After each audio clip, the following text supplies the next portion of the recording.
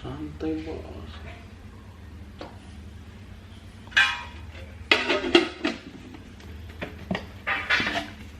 Halo friends, selamat datang di channel saya, Pondok Bambu Predator.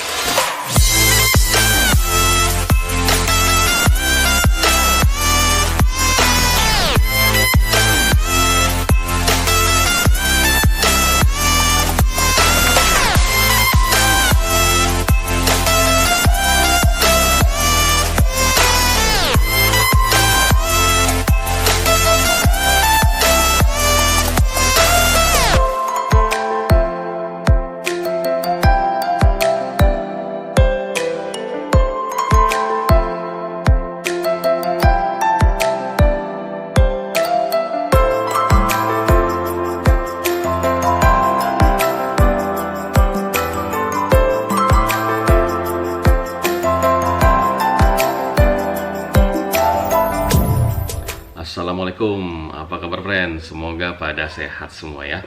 Oke, di video kali ini saya akan mencoba membahas bagaimana cara memilih baby cana yang berkualitas nih friend.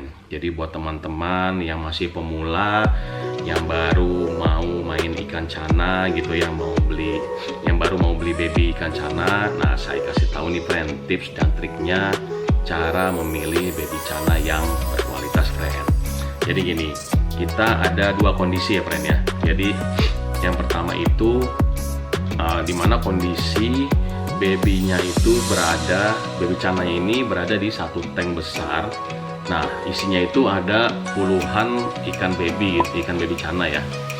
Jadi kan kita kan agak bingung kan gimana caranya nih kita memilih baby cana yang bagus, yang berkualitas lah gitu kan. Jangan sampai nanti kita beli, kita serok asal-asalan, ternyata sampai di rumah kita masukin tank ya ternyata tidak sesuai dengan ekspektasi kita.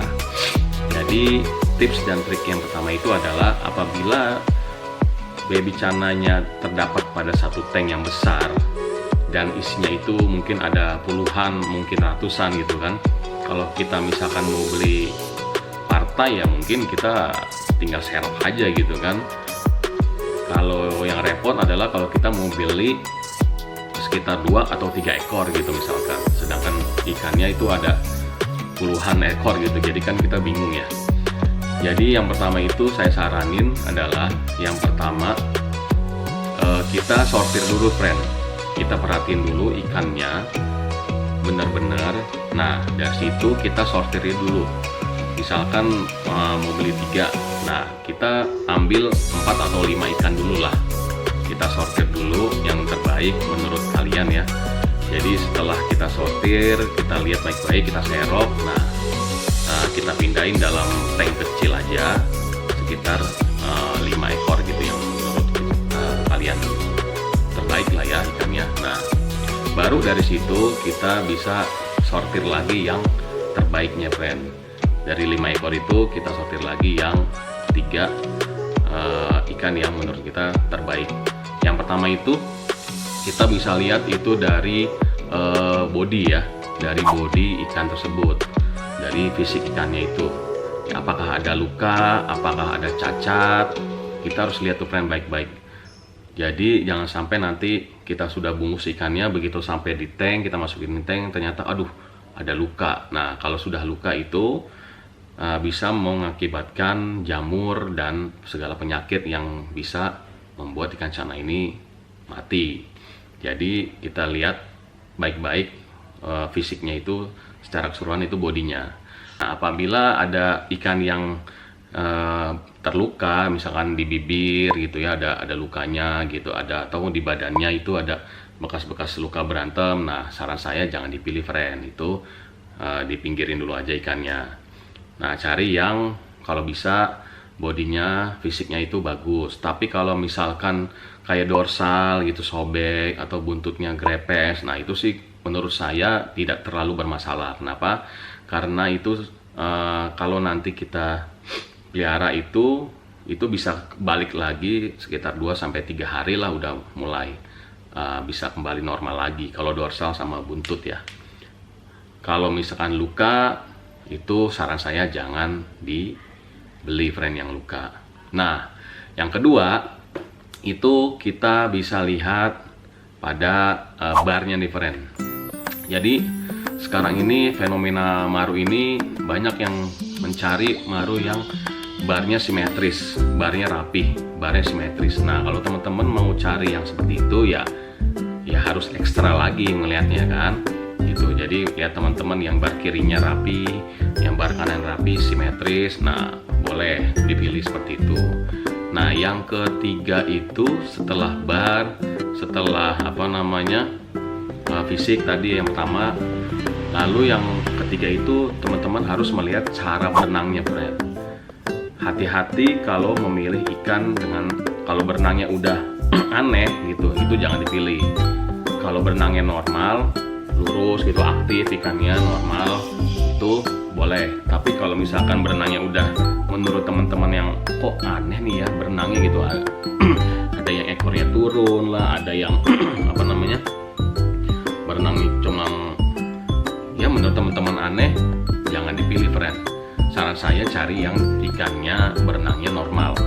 Karena waktu itu pengalaman saya pernah waktu itu begitu kita beli di online, salah satu online ya, saya nggak akan nyebutin pedagangnya. Begitu masuk tank ternyata ikannya berenangnya buntutnya ekornya turun, nggak normal ya. Jadi ya nggak sesuai ekspektasi kita kan. Jadi tips dan triknya ya itu sih friend. Jadi ada 3. Yang pertama itu kita pilih yang fisiknya bagus, kalau bisa yang tidak ada lukanya, bersih gitu ya. Yang kedua itu ngelihat yang barnya rapi dan simetris gitu. Yang ketiga kita bisa lihat cara berenangnya. Nah, kalau sudah tiga ini sudah menurut teman-teman sudah ada di ikan cana yang teman-teman, nah insya Allah bakalan jadi cana yang berkualitas nantinya. Balik lagi, tapi nanti kalau sudah dipelihara tergantung kita treatmentnya seperti apa kan nanti.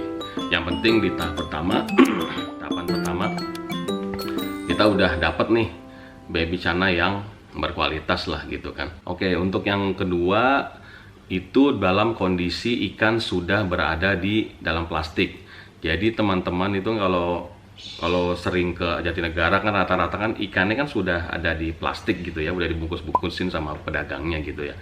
Nah, kalau sudah seperti itu tipsnya gimana gitu ya? Kalau saran saya itu teman-teman bisa mencari pedagang yang track recordnya bagus friend. Jadi teman-teman kalau misalkan mau beli di Jatinegara ya bisa searching dulu di media sosial kan, atau tanya-tanya temennya gitu, biasanya lo beli ikan cana di mana sih gitu, yang langganan lo di mana gitu. Nah, cari pedagang yang track recordnya sudah bagus friend, sudah baik. Nah, insya Allah nanti ikannya juga baik kan gitu. Nah, yang kedua adalah kita hanya bisa ngelihat fisik dan barnya aja kan gitu. Cara berenangnya kita tidak bisa ngeliat kan. Kalau tadi di tank besar ya kita mungkin bisa sortir dengan ngelihat cara berenangnya. Tapi kalau sudah di plastik kan ya, kalau kita angkat gini kan ya cuma kelihatan sedikit aja gitu kan cara berenangnya. Nah, palingan teman-teman ya bisa sortirnya itu dari fisiknya tidak ada luka, dan yang kedua itu adalah dilihat dari barnya dan barnya simet atau rapi gitu ya, barnya bagus. Kalau saya sih pribadi kalau misalkan lagi mau beli ikan di Jatinegara gitu ya, misalkan baby cana apa aja, saya selalu nanya sama pedagangnya gitu, ini berenangnya normal kan bang gitu, ditanya aja nggak apa-apa. Kalau normal kok nggak masalah ya udah, jadi kita tinggal percaya aja sama pedagang tersebut kan. Tapi nanti kalau misalkan ditaruh di tanknya ternyata berenangnya bermasalah, ekornya turun atau gimana gitu kan, nah ya saran saya besok jangan beli di pedagang itu lagi gitu. Atau kan misalkan teman-teman mau komplain ya silakan, tapi kalau abangnya nggak mau ganti rugi ya saran saya jangan beli di pedagang yang situ, beli di pedagang lain aja. Oke, mungkin itu aja tips dan trik dari saya cara memilih baby Channa Marru yang berkualitas. Yang pertama itu tadi kita bisa lihat dari kondisi fisiknya, kita cari yang fisiknya itu bagus, tidak luka, yang tidak ada luka di bibir, tidak ada luka di badannya gitu. Kita cari yang bersih lah. Kalau misalkan dorsalnya sobek, buntutnya grepes, itu kalau menurut saya masih wajar lah itu, karena 2-3 hari itu bisa kembali lagi normal. Yang kedua, lihat dari bar ikan tersebut. Kita lihat barnya simetris atau kita cari yang simetris, kita cari yang rapi ya, kiri kanannya kita perhatiin. Yang ketiga itu kita lihat dari cara berenang ikannya. Cara berenangnya ikannya gimana, apakah ekornya turun atau berenangnya normal ya. Kita harus cari yang berenangnya yang baik gitu, yang tidak ekornya turun gitu kan. Jadi nanti kedepannya tinggal kita treatment di tank di rumah kita kan. Jadi tips dan triknya itu aja yang saya bisa berikan kepada teman-teman. Jadi buat teman-teman yang mau cari baby Channa Marru yang berkualitas, mungkin bisa membantu teman-teman yang dari tips dan trik saya tadi. Oke, sampai di sini dulu video kali ini. Mudah-mudahan bermanfaat buat teman-teman yang baru mau main Channa, baru mau beli Channa. Mudah-mudahan tips dan trik dari saya bermanfaat. Oke, sampai jumpa di video selanjutnya. Jangan lupa like, share, dan subscribe. Oh iya, iklannya jangan di skip ya. Oke.